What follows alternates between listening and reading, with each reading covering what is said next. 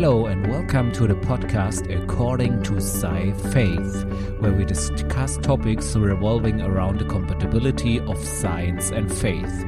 I'm Joshua Göcking and you're listening to According to Sci-Faith. Episode 26, Intellectual Awakening.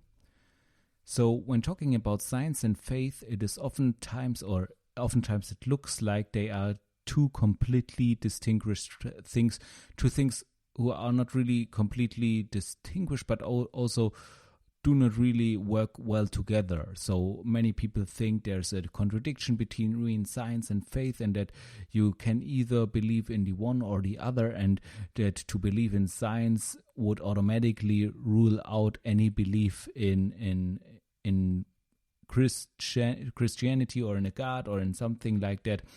And this is kind of what you oftentimes, what many people assume to be true. And part of this podcast, or one goal of this podcast, is of course also to show that this is not the truth, that this is not actually true, and that it is indeed possible to believe all the statements of science that are based on facts and still be able to believe the statements that the Bible make, that there is no contradiction, and that those contradictions can be easily resolved if one dives deeper into it. And this is, as I said, one goal of this podcast, and I think it's also important to learn this, because it's also important to learn that actually science cannot disprove God, and that it's just not by construction not possible for science to do that.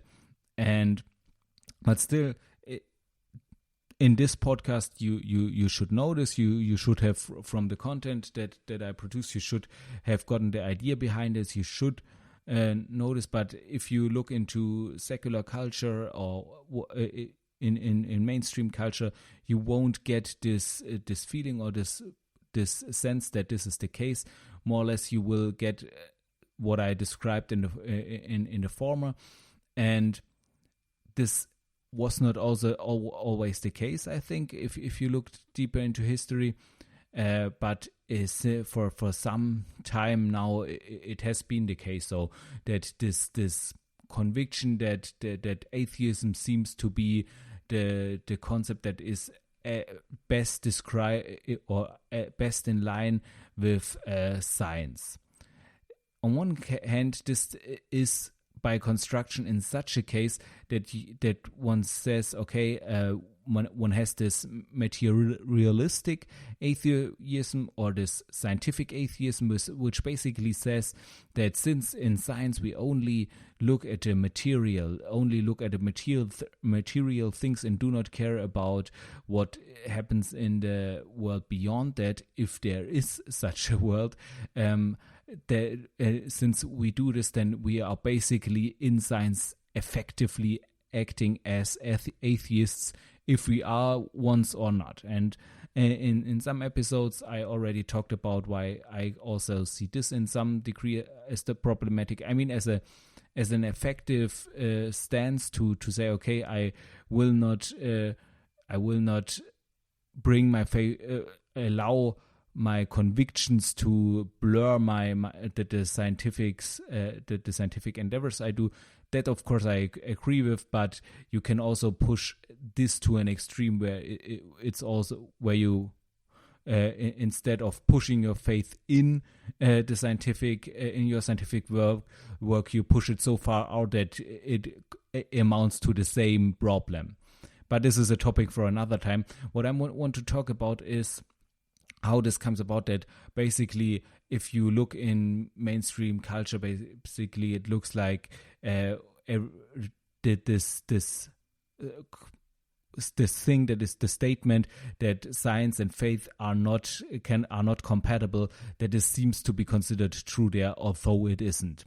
And this has been, so the atheistic movement has been around for some time, or that there are atheists among scientists has been around for some time, but it was not, I would say it wasn't so in the beginning. I mean, in the beginning of modern science, there of course, not everyone was a Christian then, but there were many Christians. So many of the founders of the scientific method, especially like Johannes Kepler or Isaac Newton, Blaise Pascal, and so on, they were devout Christians. Other people were more on the agnostic side. And as I also argue in my book, I believe that they, being Christians or deeply rooted in faith, or at least in some cases, maybe not deeply rooted in faith, but still believer, growing up in a Christian culture. I think this had a huge impact on the scientific method coming to what it is, and on the scientific revolution, as we call it today, to get rolling. So I think this was a huge impact, as I also describe it in my book. But there were also, at this time, you have to just accept the fact that there were already people who were maybe who were about agnostic, who were not really sure whether God existed, and then also there were other convictions. Also Einstein, for example, I think he was a person who believed in a God, but he believed that this God was not a personal one, so he did not believe in a personal deity.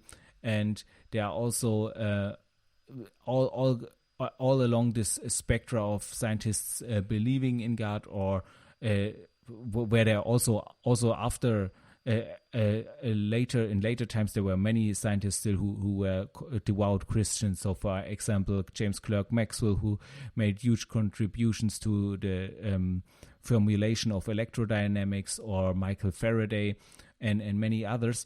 But there were also many, or most, I would say at this time, most scientists were kind of, in some sense, agnostic. But with later times, there were more and more also scientists who were increasingly becoming atheistic. And I think one of the first, especially in physics, one of the first well-known physicists who really was a staunch atheist, so to speak, was Paul Dirac. And he was such an atheist that people said about him this statement that there is no God and Paul Dirac is his prophet. So this shows how much of an atheist he was. And while this statement also implies that he was pretty, so to speak, evangelical in his atheism, at this times you do not really get this sense that these scientists, being atheistic in their convictions, had a problem with faith as is, or were going against faith in thinking it's harming or harmful or something. They were just unbelievers, so to speak.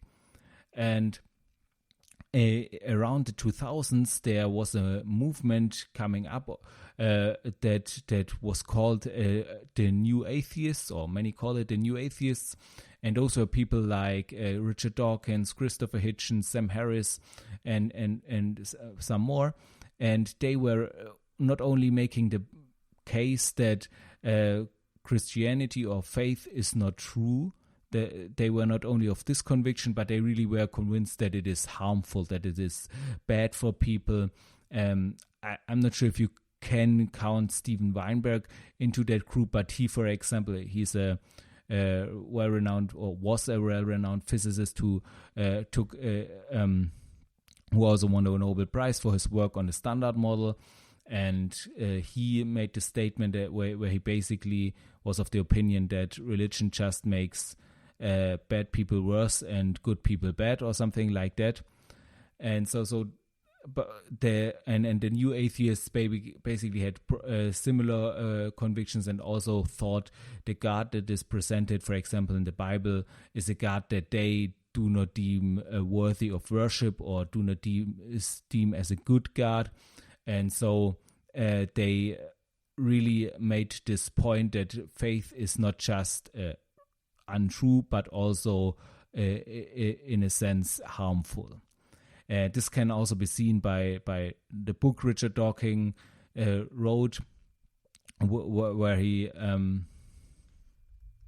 which he called the God delusional. So he said it is something like a delusion, something delusional, and basically made this also the statement that a world without religion would apparently be a better one.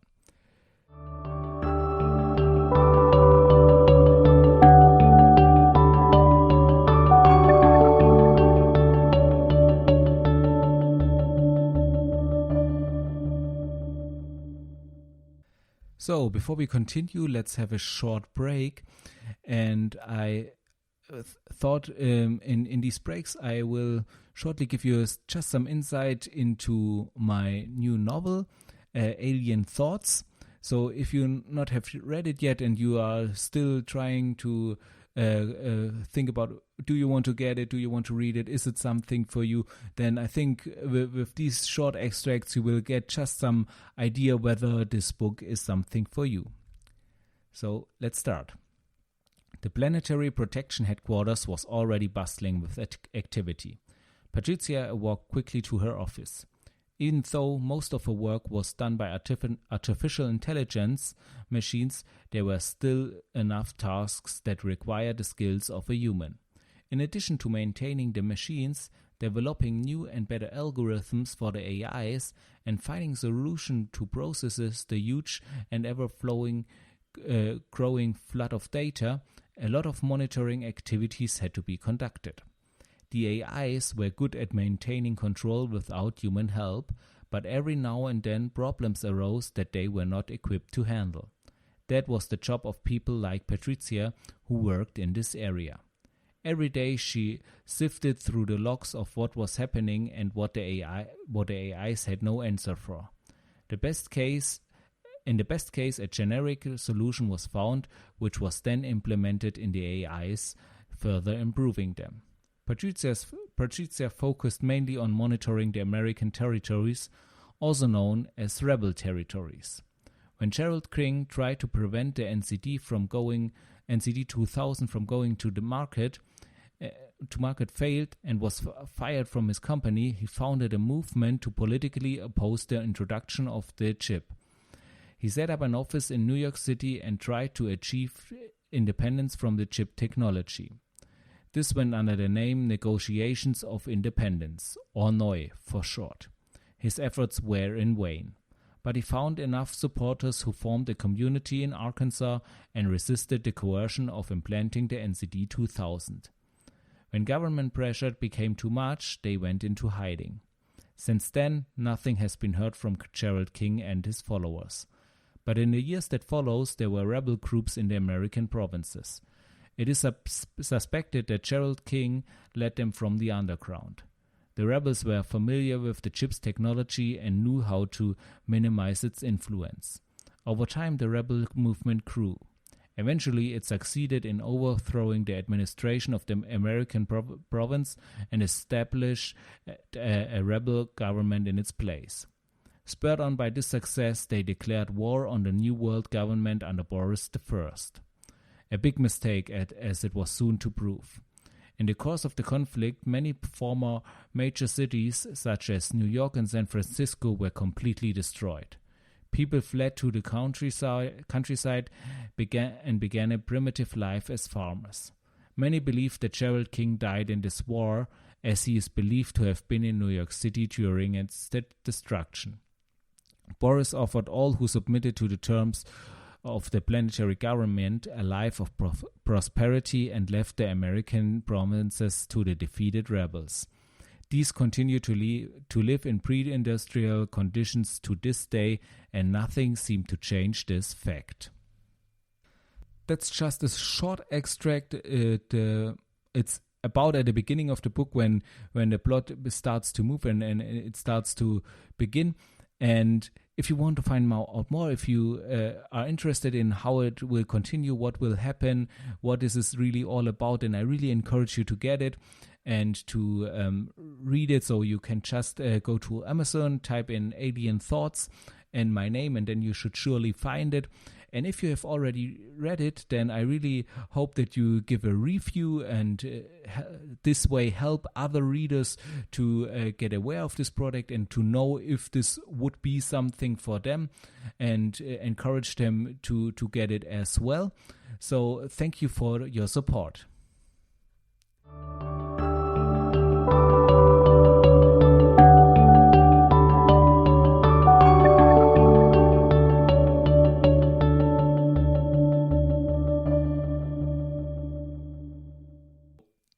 However, just recently, especially this Dawkins recently in an interview, he talked about Christianity, and he says he considers himself to be a cultural Christian. And by this he means that he does not believe Christianity to be true. He does not believe the stories of Christianity to be true. He does not believe that Jesus is the Son of God and that he died and rose again and so on. This he does not believe, but he likes, or he thinks that Christian traditions have some value. So he was speaking about Christmas caroling and such traditions, which he found, which he said that he liked and that he found valuable, and wanted to keep in our culture, since he, I think, realized that some of this is decreasing in our culture. So I think an interesting response to this was from somebody on Twitter who said, yeah, but what does happen if you cut the roots from a tree? How long will it be able to survive? And I think that's the case that comes with this sense of, just culturally Christian. If you cut the roots of a tree, it will not survive long. And in the same matter, if you cut Christianity of its foundational principles, of its foundational truths, because you don't consider them to be truths, then the rest will also cease to exist very soon. And I think this change of mind, as it seems to be in Dawkins, also comes about because of a revelation, or not a revelation, or something that was some revelation by experience, basically in the last years, that this secular humanism that they kind of were advocating for, that this seems to not achieve the same results, because Dawkins was also involved in a debate or discussion about when he was in New Zealand, and there they have now a law where they basically state that next to science, which they consider Western, also concepts of tribe religions that have their way of doing a kind of science or whatever it is for finding truth needs to also be taught in schools on the same level as science. And he was not agreeing with that, because he said science is objective. It's not a Western thing. It's an objective way of finding truth, and it's also in this way superior to other ways of finding truth, like what some other tribal traditions also have come up with. And this received some backlash, but still he stood firm there, and maybe there was this realization that this secular humanism cannot protect something like science from these from other things, and therefore these traditions or the science itself, since as I also argue that science itself comes about from the Christian tradition, this also is protected by these traditions, and without it, it will also cease to exist.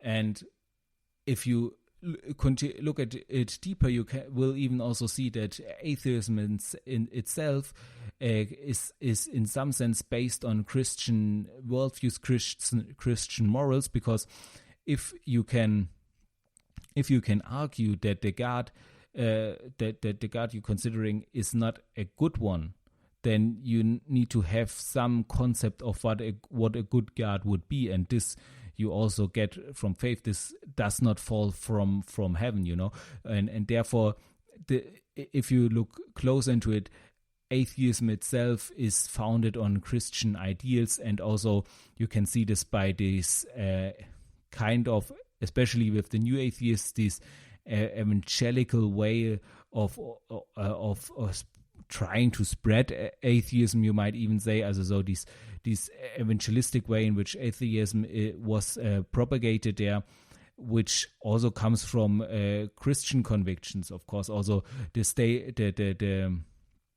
the importance of truth of what is truth, what is true. This also comes from a Christian worldview if you look close into it. And somebody who really also writes about this and many things more is the historian Tom Holland, who I also have mentioned on this podcast.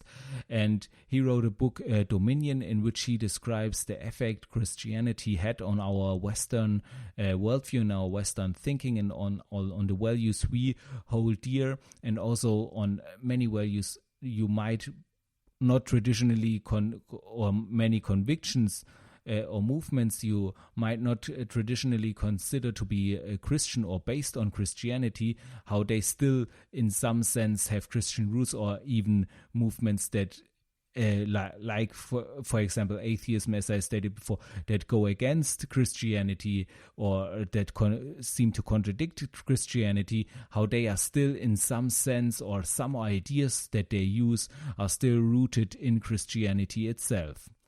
And Tom Holland himself, through this book, he came to this realization, or he wrote this when he had this realization, and then he did his research and wrote about all these topics. It's really interesting, really fascinating. So I encourage you to read this book. And also, if you are interested, he has a podcast, Rest is History, which is also very popular, where they talk about all kinds of historical topics, and he's always fascinated by this topic of how Christianity shaped our world and our thinking.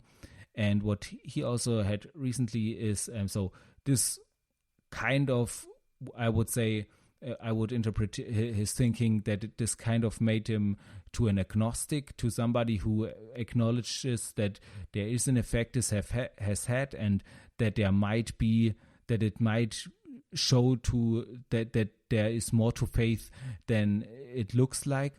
And he also had then this experience where he had a cancer in his body, or he was diagnosed with a cancer in his body, and they said they needed to remove some part of his inner organs, and to remove this cancer also. And in his desperation, he went to a church and made a desperate prayer to God.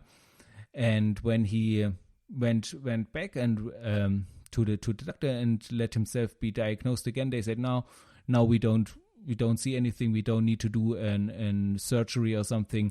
And so this was kind of a miracle that he experienced, and which of course made him maybe much more of an agnostic, and where he really can appreciate that there might be more than just our material world. And there you see that among the intellectuals there seems to be a shift, that there seems to be a shift from where before, especially with this new atheist movement, it was kind of like, to be a intellectual, to be a scientist, to be someone in academia, you have to be an atheist. Where this was before the worldview, it seems to, in some places at least now, be shifting more and more to at least to agnostic worldviews, at least to something where you say, okay, there are values that the Christian faith has brought forth that we cannot reproduce with any secular humanism or any other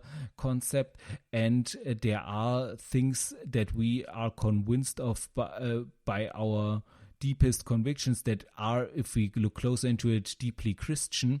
And therefore we need to reevaluate some things we might have thought before.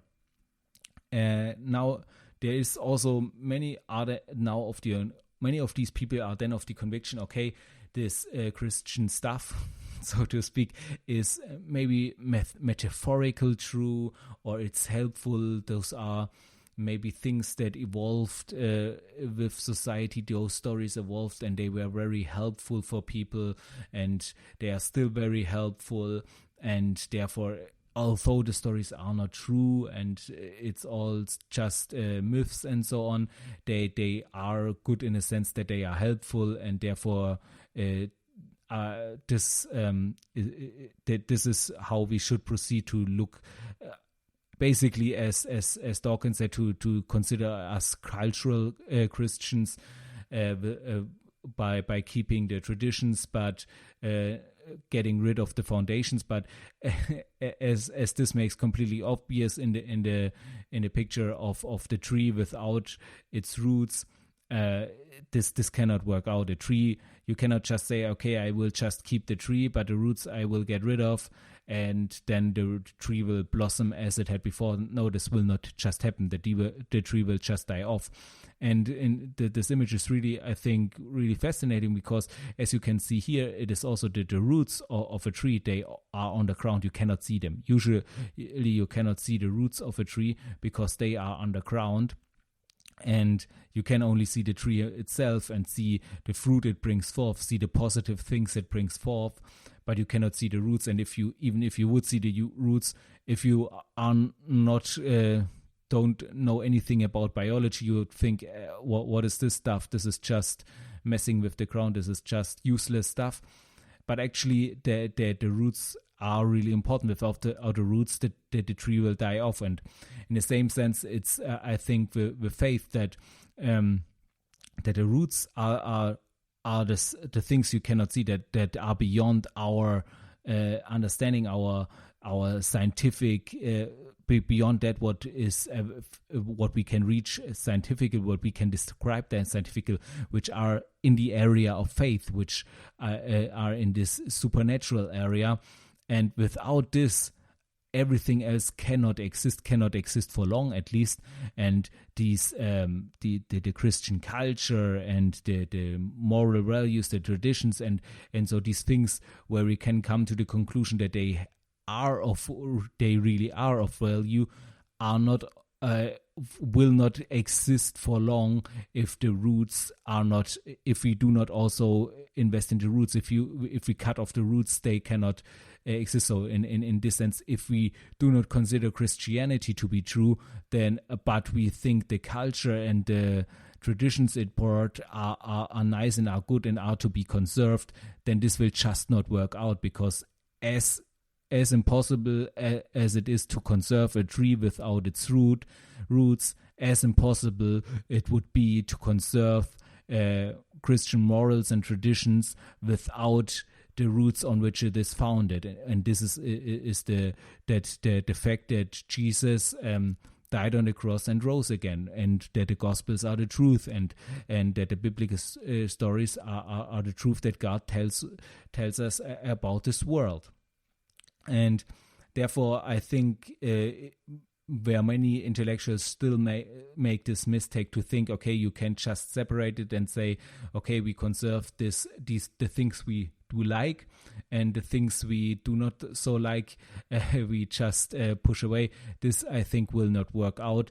And either Christianity is completely true, and then we have to accept all of it, or it is not, and then we also have to reject all of it. And this is also what, for example, Paul said, where he says that if Christ is not resurrected, then all our faith is in vain. So what this now means, I think, or what this these intellectuals who starting to come to the conviction that there might be more to faith or not, what this will mean, if this really will lead to an intellectual awakening, as I stated in the title, or if this will just lead to them becoming more agnostic, or if this will fade, whatever. I think what it means at least is that faith and science are not contradicting each other, and that it is indeed possible to be an intellectual or to believe in science, to believe the scientific facts and so on, but still also believe God, believe that Christianity is true, that Jesus rose from the dead, that there is no contradiction. This is shown by these.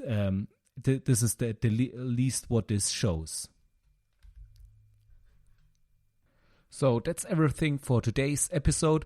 I hope you liked it and you enjoyed each part of it. If you want to get in touch with me or discuss a topic or want to give me some feedback, then feel free to contact me using the contact form on my website, sci-faith.de/en.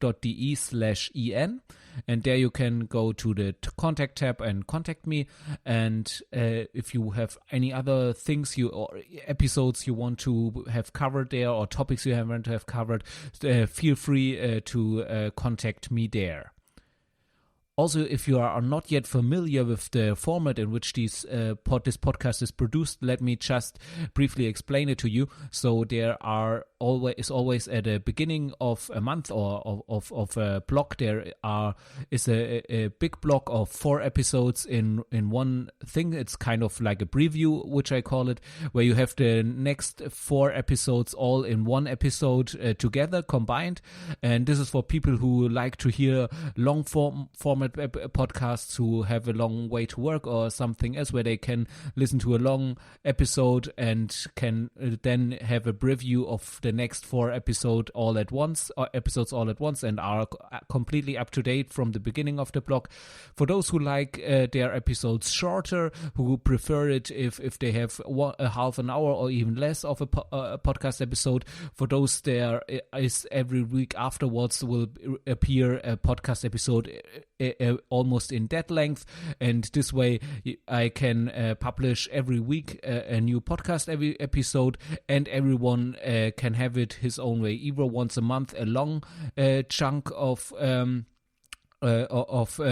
content, or once a week a shorter format podcast episode.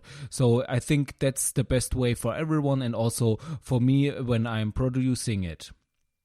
Please also note that this is an independent podcast, which means that it is recorded, produced, and marketed by me. So I really need your support in this. So if you like this podcast, then give it a 5-star rating. And if you have the time, even write a review to it.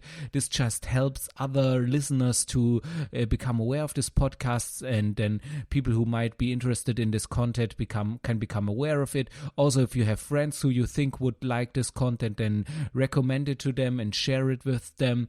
Also, you can support me in other ways, for example by reading my blog and subscribing to my newsletter, or even by reading my books, which you can find on Amazon. For example, there is my latest novel out now is Alien Thoughts, which is pretty entertaining from the feedback that I gotten, and so it's also in some way related to science and faith. The topic of it is also in there, but of course you can also read the book to this podcast, Sci-Faith, The Compatibility of Science and Faith, which is also available in English since last year. Thank you for that, and now I wish you a wonderful day, and I'm looking forward for you to tune in again next time.